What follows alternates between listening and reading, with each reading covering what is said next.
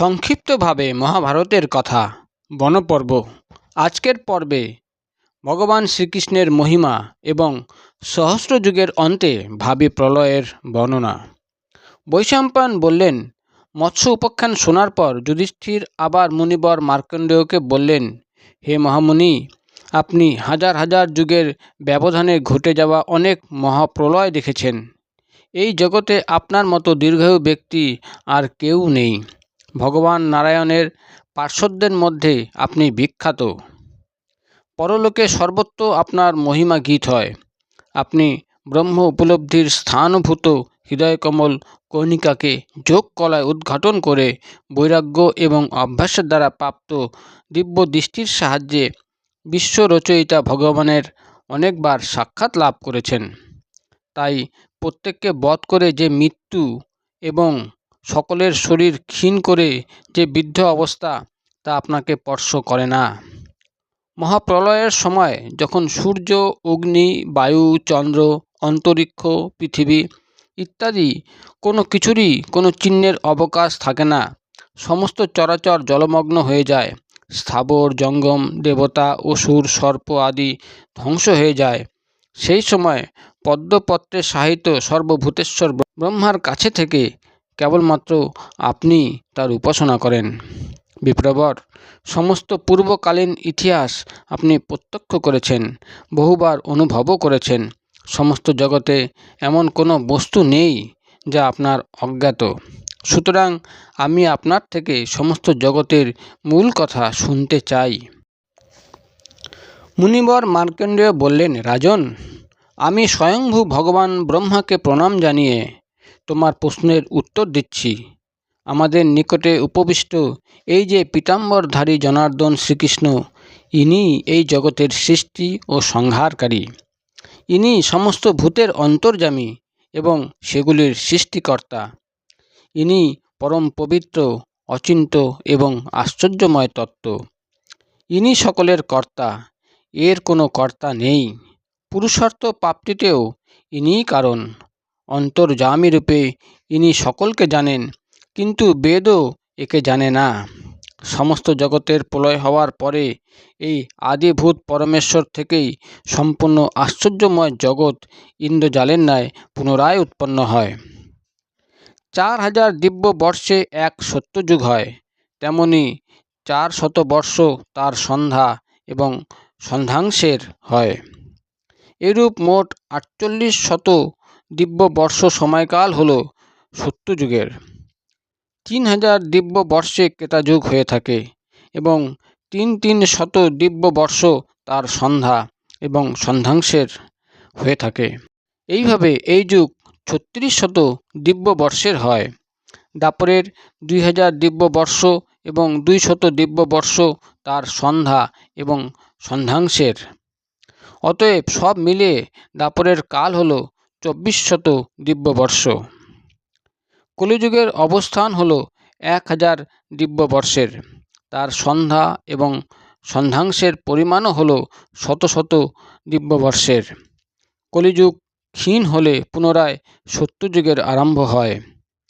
এইভাবে 12,000 দিব্য বর্ষে এক চতুর্যুগী হয়। 1000 চতুর্যুগে ব্রহ্মার একদিন হয়। সমস্ত জগৎ ব্রহ্মার একদিন পর্যন্ত অবস্থান করে। দিন সমাপ্ত হয়ে রাত্রির আগমনে এটি লোপ হয়, তাকেই বলা হয় বিশ্বপ্রলয়। সত্যযুগের সমাপ্তিতে যখন কিছু সময় অবশেষ থাকে, সেই সময় কলিযুগের অন্তিম ভাগে প্রায় সকল মানুষই মিথ্যাবাদী হয়ে ওঠে। ব্রাহ্মণ শূদ্রের কর্ম করে, শূদ্র বৈশ্যের ন্যায় ধন সংগ্রহে ব্যাপৃত হয় অথবা ক্ষত্রিয়ের ন্যায় জীবিকা নির্বাহ করে।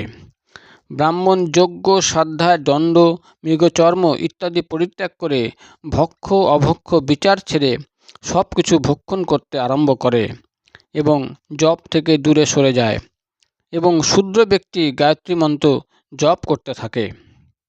মানুষের আচার ব্যবহার যখন এরূপ বিপরীত হয়ে যায়, তখন প্রলয়ের পূর্বরূপ আরম্ভ হয়ে যায়। পৃথিবীতে ম্লেচ্ছদের রাজত্ব শুরু হয়। মহাপাপী এবং মিথ্যাবাদী অন্ধ্র, শক, পুলিন্দ, যবন এবং আভির জাতির লোকেরা রাজা হয়। ব্রাহ্মণ, ক্ষত্রিয় এবং বৈশ্য সকলেই নিজ নিজ ধর্ম পরিত্যাগ করে অন্য বর্ণের কর্ম করতে থাকে। সকলেরই আয়ু, বল, বীর্য ও পরাক্রম কমে যেতে থাকে। মানুষ খর্বকায় কদাকার হতে থাকে। তাদের বাক্যে সত্যের অংশ খুব কম থাকে। সেই সময় নারীরাও খর্বকায় ও বহু সন্তান উৎপন্নকারী হয়ে থাকে। তাদের মধ্যে শীল ও সদাচার থাকে না। গ্রামে গ্রামে অন্ন বিক্রয় হয়। ব্রাহ্মণ ধর্মগ্রন্থ বিক্রয় করে। স্ত্রীলোকে গণিকাবৃত্তি গ্রহণ করে। গাভীর দুগ্ধ কমতে থাকে। ভিক্ষা দিতে ফল ফুল কম হয়। ভিক্ষা দিতে সুন্দর পাখির পরিবর্তে কাক, চিল বাসা বাঁধে। ব্রাহ্মণেরা লোভের বশবর্তী হয়ে পাপাচারী রাজাদের থেকেও দক্ষিণা গ্রহণ করে। মিথ্যা ধর্মভাব দেখায়। ভিক্ষার ছুতোয় চারিদিকে চুরি করে বেড়ায়। গৃহস্থরা নানা প্রকার করের বৃদ্ধির ফলে নিরুপায় হয়ে অন্যায়ভাবে ধন আহরণ করে। ব্রাহ্মণ মুনির ভেগ ধারণ করে বৈশ্যবৃত্তির দ্বারা জীবিকা অর্জন করে। মদ্যপান করে এবং পরস্ত্রীর সঙ্গে ব্যভিচার করে। শরীরে যাতে রক্ত মাংস বৃদ্ধি পায় সেরূপ জাগতিক কর্মই করে। দুর্বল হয়ে যাওয়ার ভয়ে তারা ব্রত ও তপস্যার কথা ভাবে না। এই সময়ে সময় মতো বৃষ্টি হয় না এবং বীজও ভালো মতো বপন করা যায় না। ক্রেতাকে ওজনে কম দিয়ে সঠিক ওজনের দাম নেয়। ব্যবসায়ীরা কপটাচারী হয়। রাজন, কোনো ব্যক্তি বিশ্বাস করে গচ্ছিত বস্তু কারো কাছে রাখলে পাপী নির্লজ্জ ব্যক্তি সেই ধন আত্মসাৎ করার চেষ্টা করে। স্ত্রী লোকেরা পতিকে ছলনা করে চাকরাদির সঙ্গে ব্যভিচার করে। বীর পুরুষদের পত্নীরাও তাদের স্বামীকে পরিত্যাগ করে অন্য লোকের আশ্রয় গ্রহণ করে। এইভাবে যখন সহস্র যুগ পূর্ণ হয়ে আসে তখন বহু বছর ধরে বৃষ্টি বন্ধ হতে থাকে। তার ফলে দুর্বল প্রাণীরা ক্ষুধায় ব্যাকুল হয়ে মারা যায়। তারপরে সূর্যের তাপ খুব বৃদ্ধি পায়। সূর্য যখন নদী ও সমুদ্রের জল শুষ্ক করে দেয় সেই সময় তৃণ, কাষ্ঠ অথবা অন্য যে কোনো পদার্থ দেখা যায় সবই ভস্মের রূপ ধারণ করে। তারপরে সংবর্তক নামের প্রলয়কালীন অগ্নি বায়ুর সাহায্যে সর্বত্র ছড়িয়ে পড়ে। পৃথিবী ভেদ করে সেই অগ্নি রসাতল পর্যন্ত পৌঁছে যায়। তার ফলে দেবতা, দানব এবং যক্ষরা মহা ভয় পান। সেই অগ্নি নাগলোককে ভস্ম করে পৃথিবীর নিচে যা কিছু থাকে মুহূর্তের মধ্যে তা নষ্ট করে দেয়। তারপর এই অশুভ বায়ু এবং অগ্নি দেবতা, অসুর, গন্ধর্ব, যক্ষ, সর্প, রাক্ষস ইত্যাদি সহ সমস্ত বিশ্বকে ভস্ম করে ফেলে। তারপর আকাশ ঘন ঘন মেঘে ঢেকে যায়। ভীষণ গর্জন করে বিদ্যুৎ ঝলক দেয় এবং এমন বৃষ্টি শুরু হয় যে সেই ভয়ানক অগ্নিও নিভে যায়। 12 বছর ধরে সেই মেঘ বর্ষণ করে। তাতে সমুদ্র সীমা ছাড়ায়, পাথরে ফাটল ধরে এবং পৃথিবী জলমগ্ন হয়। তারপর হাওয়ার বেগে সেই মেঘ ছিন্ন ভিন্ন হয়। তারপরে ব্রহ্মা সেই প্রচণ্ড পবনকে পান করে একার্ণবের জলে শয়ন করে। সেই সময় দেবতা, অসুর, যক্ষ, রাক্ষস এবং চরাচরের সমস্ত প্রাণী নাশ হয়ে যায়। শুধুমাত্র আমি সেই একার্ণবের তরঙ্গে ধাক্কা খেয়ে এদিক ওদিক ঘুরে বেড়াই। মার্কণ্ডেয় মুনির বালমুকুন্দ দর্শন এবং তার মহিমা বর্ণনা। মার্কণ্ডেয় বললেন, রাজা যুধিষ্ঠির, কোনো এক সময়ের কথা, আমি যখন একার্ণবের জলে সতর্কতা সহকারে বহুক্ষণ ধরে সাঁতার কেটে বহুদূরে গিয়ে দেখলাম বিশ্রাম নেওয়ারও কোনো স্থান নেই, তখন সেই জলরাশিতে আমি এক সুন্দর বিশাল বটবৃক্ষ দেখলাম। তার বিস্তৃত শাখায় এক নয়ন অভিরাম শ্যামসুন্দর বালক উপবিষ্ট ছিল। পদ্মের মতো তার সুন্দর কমল মুখ, বিশাল নেত্র। রাজন, তাকে দেখে আমি খুব অবাক হলাম। ভাবতে লাগলাম, সমস্ত পৃথিবী তো ধ্বংস হয়ে গেছে, তাহলে এই বালক কোথা থেকে এলো? অতীত, বর্তমান ও ভবিষ্যৎ আমি 3 কালই জানি। তা সত্ত্বেও আমি আমার তপবলের সাহায্যে ভালোভাবে ধ্যান করেও সেই বালককে চিনতে পারলাম না। সেই বালক, যার গাত্রবর্ণ অতসী পুষ্পের ন্যায় শ্যামসুন্দর এবং বক্ষস্থলে শ্রীবৎস শোভায়মান, তখন আমার কর্ণে অমৃত বর্ষণ করে বললেন, মার্কণ্ডেয়, আমি জানি তুমি খুব পরিশ্রান্ত, তোমার বিশ্রামের প্রয়োজন। সুতরাং হে মুনিবর, তোমাকে কৃপা করে আমি এই নিবাস দিচ্ছি। বালক এই কথা বলায় আমার দীর্ঘ জীবন এবং মানুষ্য শরীরের উপর বড় খেদ জন্মালো। এর মধ্যে বালকটি মুখ হা করল এবং দৈবযোগে অবশ হয়ে আমি তার মধ্যে প্রবেশ করে তার উদরে ঢুকে পড়লাম। সেখানে সমস্ত রাজ্য ও নগরে পরিপূর্ণ এই পৃথিবী দেখতে পেলাম। আমি সেখানে গঙ্গা, যমুনা, চন্দ্রভাগা, সরস্বতী, সিন্ধু, নর্মদা, কাবেরী ইত্যাদি নদীগুলি দেখলাম এবং রত্ন ও জলজন্তুপূর্ণ সমুদ্র, সূর্য, চন্দ্রের শোভায়মান আকাশ ও পৃথিবীর নানা বন উপবনও দেখলাম। সেখানে আমি বর্ণাশ্রম ধর্ম যথারীতি পালন করতে দেখেছি। ব্রাহ্মণেরা যজন যাজন করছিলেন, ক্ষত্রিয় রাজা সকল বর্ণের প্রজাদের মনোরঞ্জন করছিলেন, সকলকে সুখী ও প্রসন্ন করছিলেন। বৈশ্যরা চাষবাস ও ব্যবসায় লিপ্ত ছিলেন এবং শূদ্ররা তিন জাতির সেবায় ব্যাপৃত ছিলেন।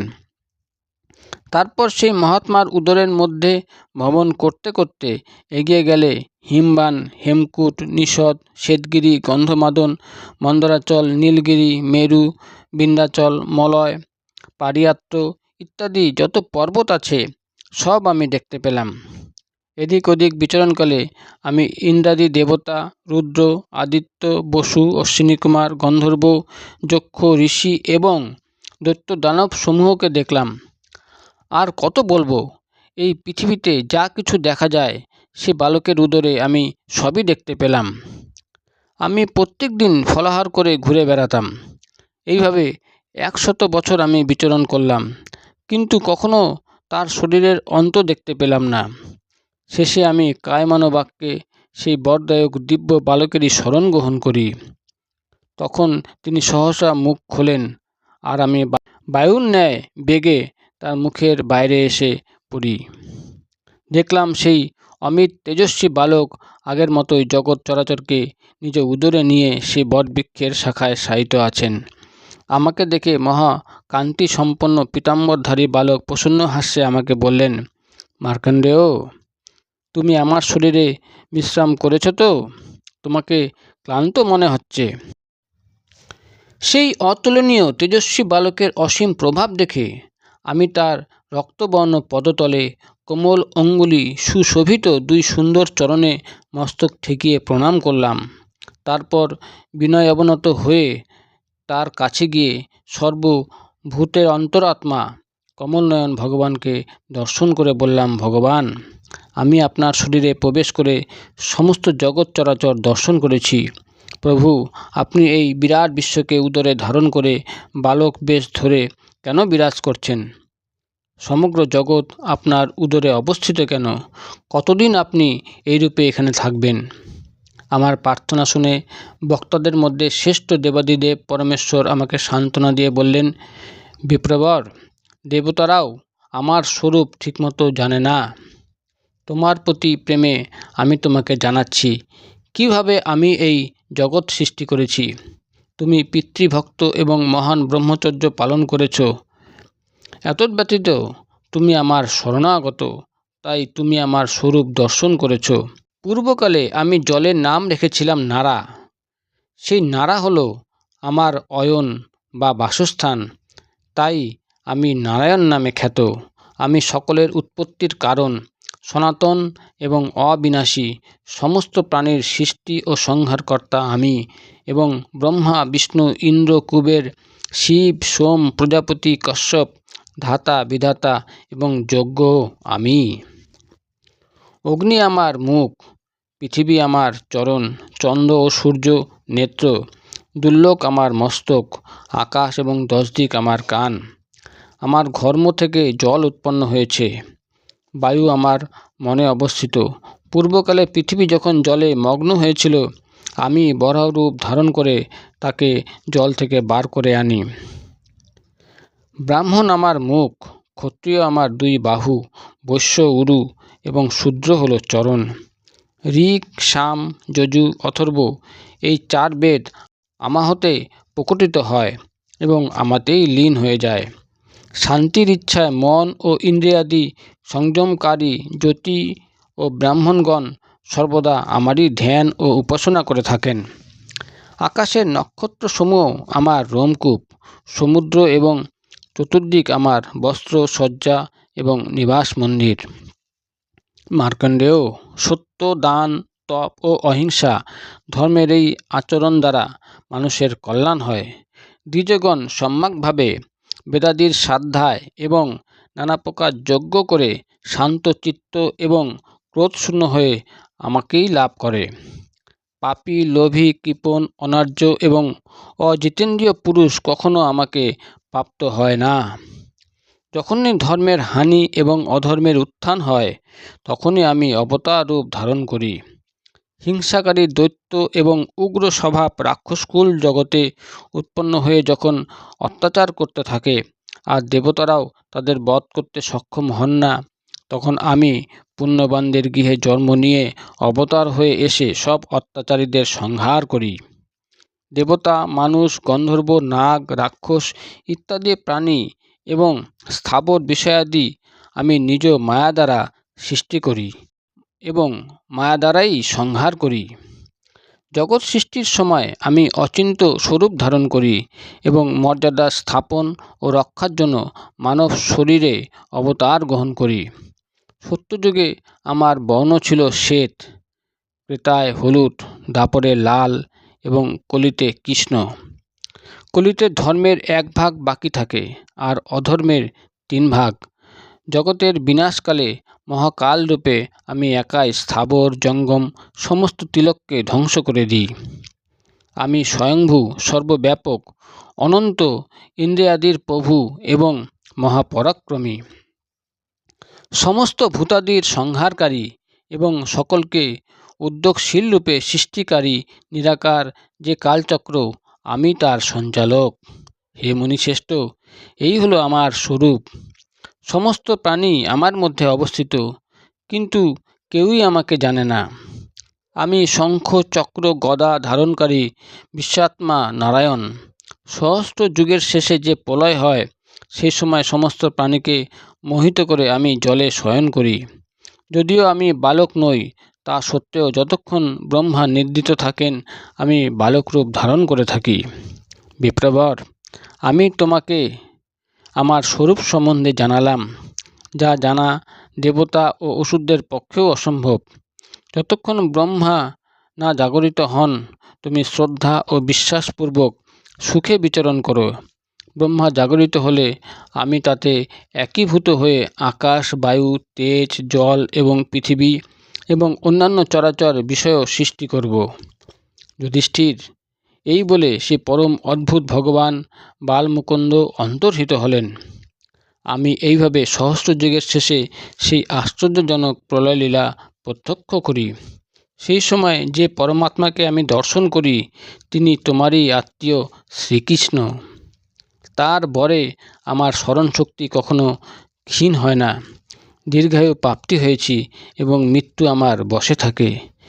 বিংশী বংশে জন্মগ্রহণকারী শ্রীকৃষ্ণ প্রকৃতপক্ষে পুরাণ পুরুষ পরমাত্মাই।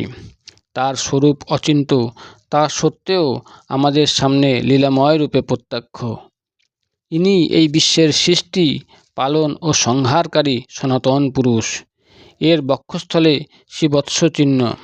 এই গোবিন্দই প্রজাপতিদেরও পতি। একে এখানে দেখে আমার সেই ঘটনার স্মৃতি মনে হলো।